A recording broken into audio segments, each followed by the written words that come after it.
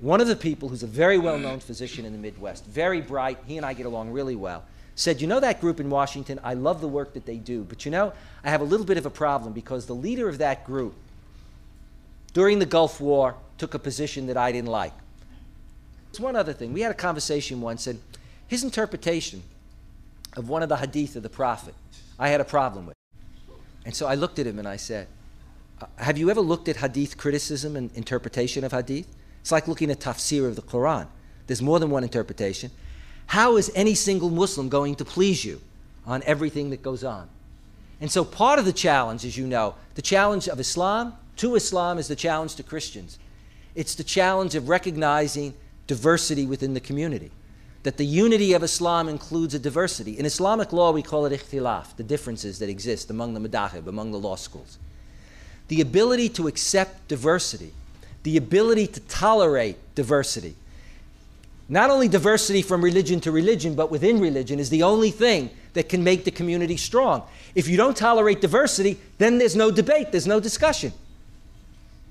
And then you have an experience that I've had, both within Christianity and Islam, and now I will end. Years ago, I went out to lunch with a young man who was studying at a major university who was a born-again Christian. And after lunch, he said, you know, I really enjoyed this. Can we have lunch again? I said, sure.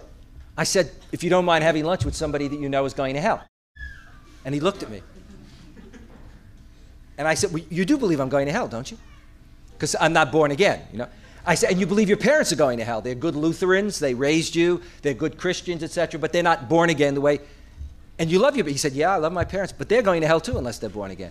I said, gee, I read the New Testament, and boy, that's an interesting interpretation of Christianity, okay? Second experience. I was asked to keynote a major Muslim conference, let me just say that, overseas. And after it, a very well-known young alim got up, who's a very, very interesting guy. And he got up and he praised me. He said the speech was wonderful. And Professor Esposito, what can we say about you? I mean, you spent 20 or 30 years explaining Islam. You've written these books. Just wonderful. I kept thinking, I wish my mother were here. And we love it, despite the fact that you're a kuffar and we know you're going to go to hell. We hope you will continue to do this for us. And the audience, half of them laughed and the other half looked very nervous. And he said, come on now, we have to be honest with Professor Esposito. We like him, we'll invite him back again, but we've got to tell him what we exactly think. Well, I will end by saying this. It's not just a question of Muslim to Christian.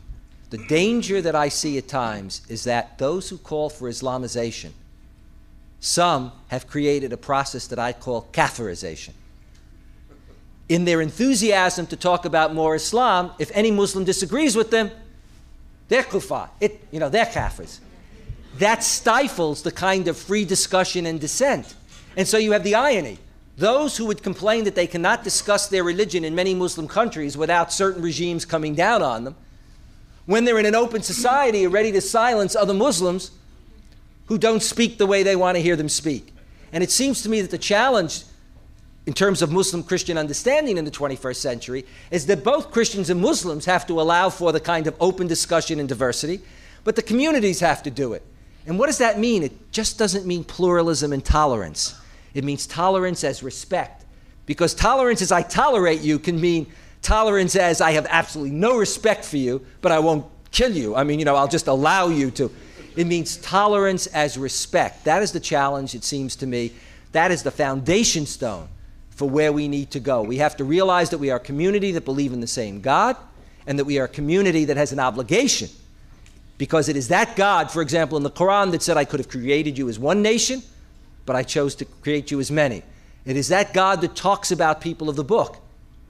And that should be the theological basis for the kind of vision and for the kind of movement that I think we're all challenged to engage in the 21st century. Thank you.